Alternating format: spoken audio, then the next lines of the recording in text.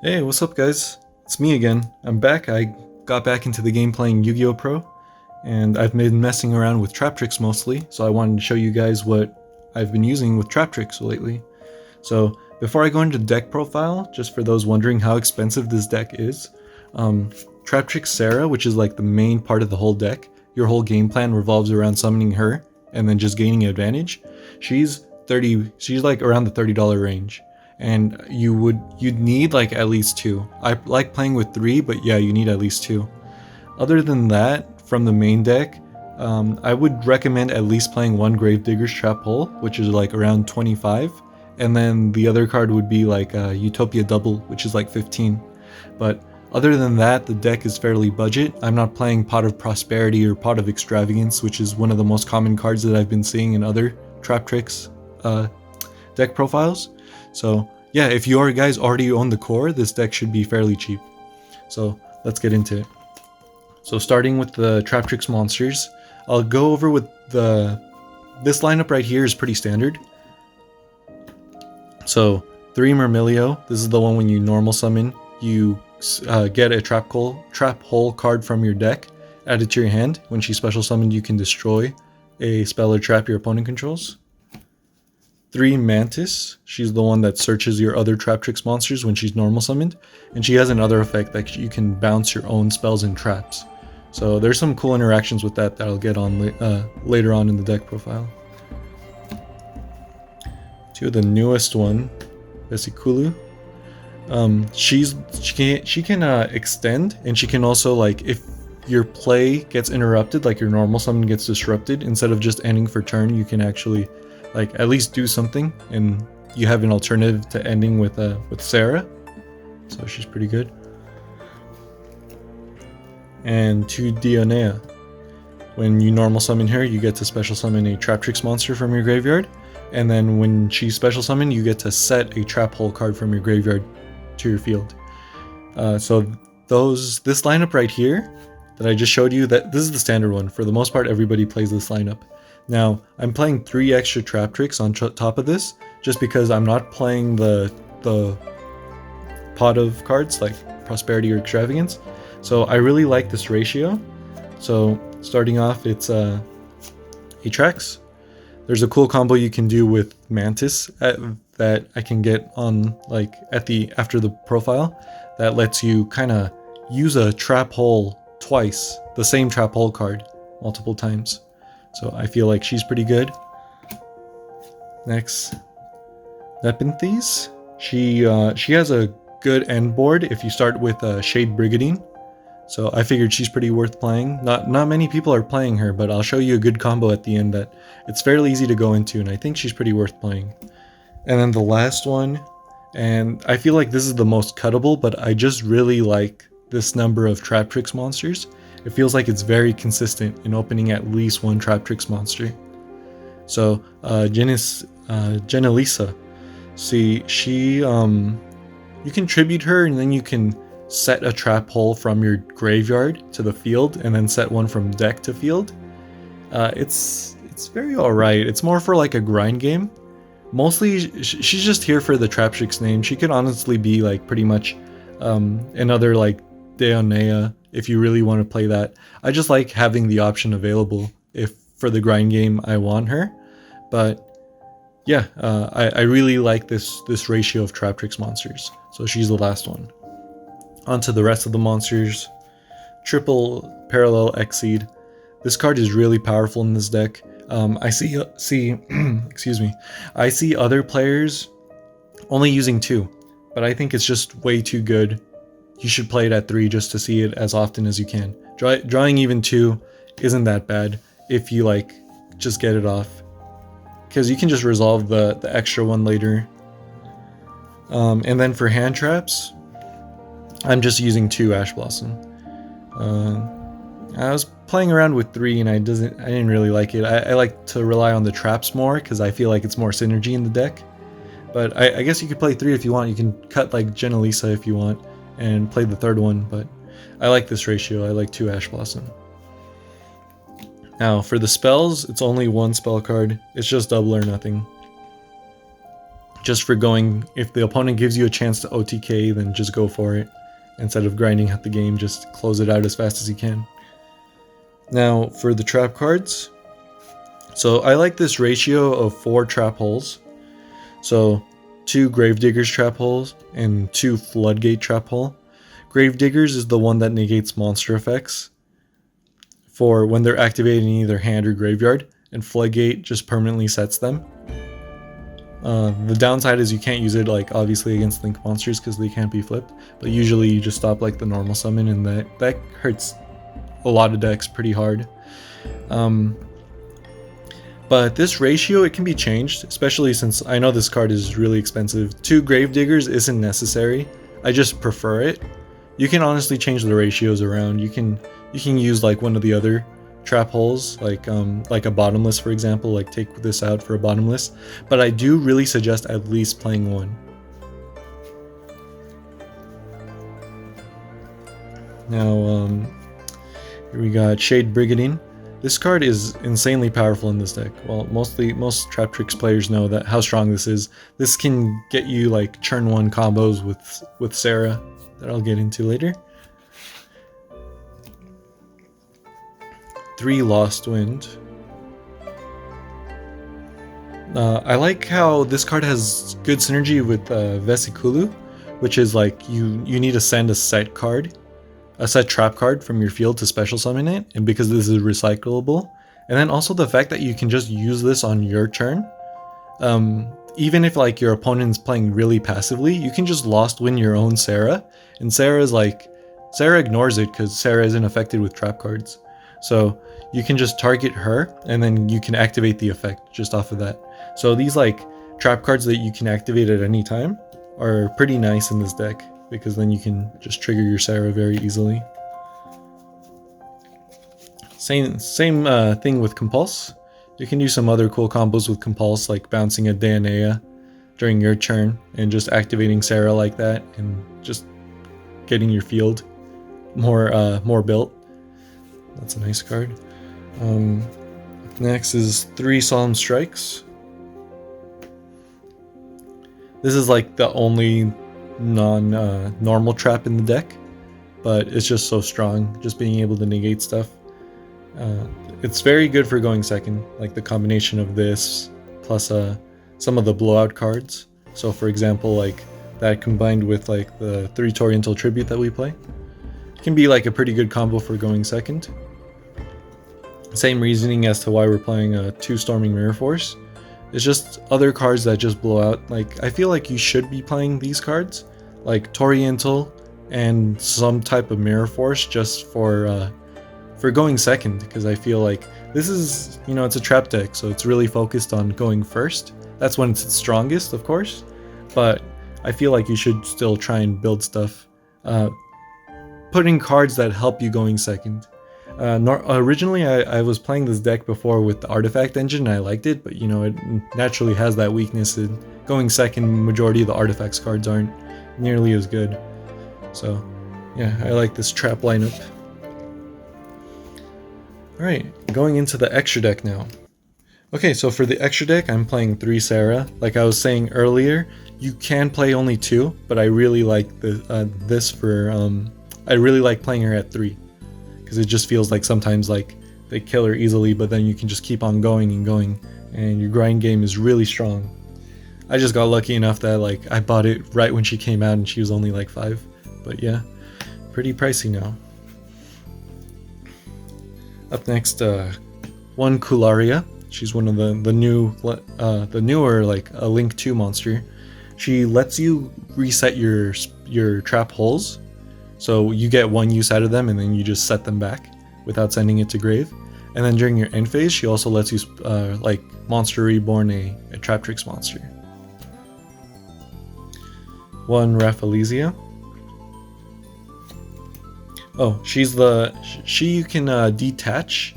You can detach a material from her, and then you send a trap hole from your deck to the graveyard, and you get that effect. It's like you basically activated that trap hole card. So she's like the main target when you use a Parallel Exceed. 1 Alomeris. She lets you reborn a Traptrix monster from your graveyard. She also has another one where she like lets you take control of other monsters, but of your opponent's monsters. But mostly I just use it for the reborn for a certain combo that I'll explain after the extra deck. One redoer, sometimes after you use Shade Brigadine and you overlaid for 4, it's pretty good to have him with the trap card, just for an extra disruption during your opponent's turn. The Utopia package, Utopia Double, and Lightning. Like I said earlier, this is the pricey one.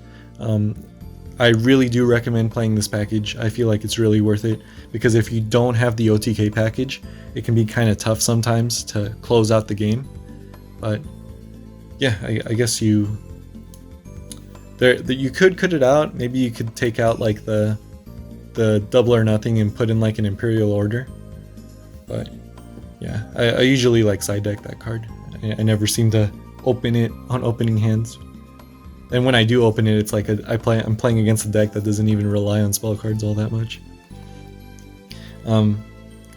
Up next, Drill Driver, the B. So this card is really good. I like it a lot because Rafflesia, once you use all her materials, she's just like a high defensive monster on board.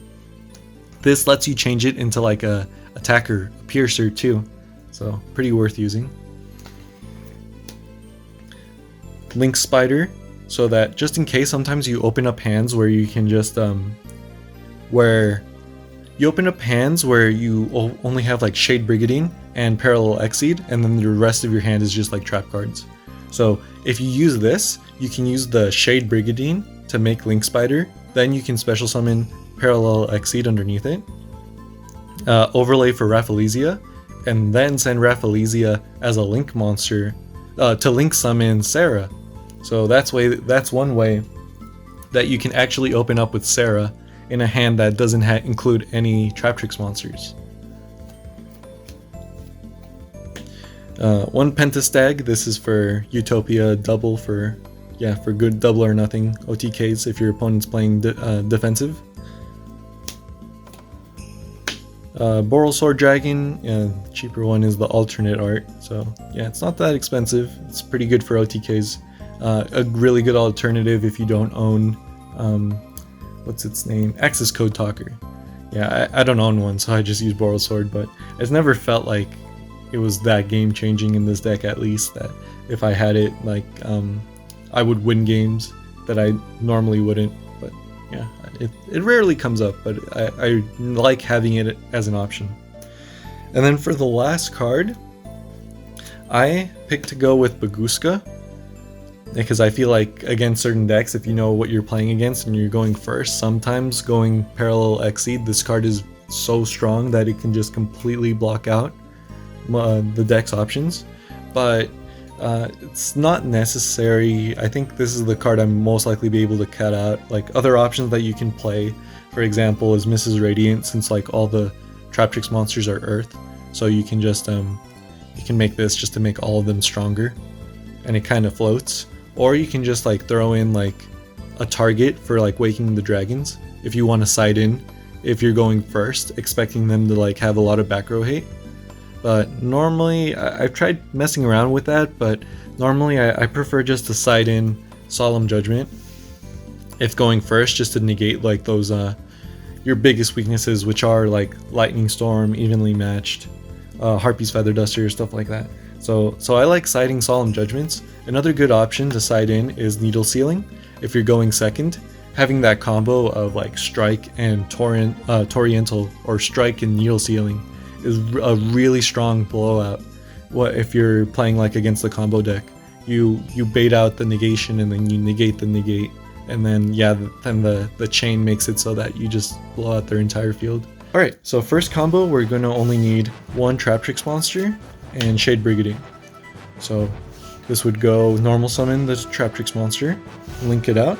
We're going to make Sarah. Now activate the Shade Brigadine because you have no trap cards in your graveyard, since most likely you're going like a going first combo. This works out for going second too, but mostly for the whole end board is going to be for going first. So special summon Shade Brigandine, activate the effect of Sarah, that when you activate a trap card, you can special summon a monster. So we're going to special summon Nepenthes. So this is a combo involving her, so this will show you why I decided to play her. Now we're going to overlay both of these, and then we're going to make Alameris. Effect of Alameris, detach both of them, and then we are going to special summon the original one that we normal summoned. It doesn't really matter which one you special summon. You'll just have a target, you just special summon any one of them. Since you activate the effect of a Traptrix monster, Sarah's other effect will activate, which will let you set a Floodgate trap hole on your side of the field. Now, after this, we're going to link summon. So we're going to link the Alameris and the Traptrix monster we just summoned. And with this, we're going to make Kularia. So far, we have Sarah, Kularia, we have a Floodgate trap hole that's going to get reset when we use Kularia. And then now during our end phase, we're going to have Nepenthes in our graveyard. So end phase, special summon Nepenthes, most likely over here to the left of it. And now, so during your opponent's turn, if you activate this Floodgate, you are going to activate the effect of Kularia, which will make it reset the Floodgate trap hole. That's the effect of a Traptrix monster. So, and you activate a trap hole card. So then Nepenthes can activate, and it can add you Dionea to your hand for a good follow-up play afterwards. So I'll add, with Nepenthes, I'm going to add Dionea to hand, and then Sarah's going to activate, and it lets me special summon a Traptrix monster from deck. So in this case, I'll special summon. It doesn't really matter right here who you special summon. But let's say I get Mantis, for example. And yeah, so this is a very strong follow-up play, and you get to reuse your card. On your follow-up, you can even like normal summon the Dionea, special summon one from your graveyard, and then that would be Dionea, the one that you summoned, plus Kularia, and that's a Boral Sword right there. Or yeah, there's many different plays that you can go on your turn 3. Alright, let's go into a second combo. Alright, for the second combo, it's going to be the same opening, just a Traptrix monster, Shade Brigandine, or it can be with, if you open up this combo plus Parallel Exceed, it just protects you from hand traps and from Nibiru. Because Parallel Exceed will get you Rafflesia, and then she's gonna let you activate Gravedigger's Trap Hole during any point of this to prevent you from being stopped. But I'm just gonna do it with these two cards. So this one's gonna be involving Atrax. So normal summon the Traptrix, it's gonna be the same opening. Special Sarah, activate the Shade Brigandine. This time we're gonna special summon Mantis. Now we're going to overlay both of them just like before. Make the Alameris, detach both of them, special summon the first one, link both of them away, make Kularia, and the main part, the difference of this one is that we chose to special summon Mantis the first time around. Oh, and since we used the effect of Alameris, we get to, set our trap card, so our Floodgate trap hole. And then since we special summon Mantis during the end of our turn, we're going to choose to special summon Mantis again. So end phase, Mantis comes on out. Now during your opponent's turn, if they normal summon a monster, special summon whatever, and we activate our Floodgate, it's going to flip it down, and it's going to reset our trap hole because of Kularia. That's a Traptrix monster effect activating, so then you can set another trap hole. So you can set like a Gravediggers. You can set Gravediggers from here onto your field, or any other trap hole that you decide to play. And also you will get the effect of Sarah to special summon a monster. In this case, it's going to be Atrax. So now you already activated your Floodgate, but now it's reset, but you can't activate it a second time this turn.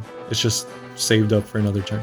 But now what you can actually do is you can use the effect of Mantis to target your set Floodgate. You'll add it to hand, and then Atrax lets you activate trap hole cards from your hand.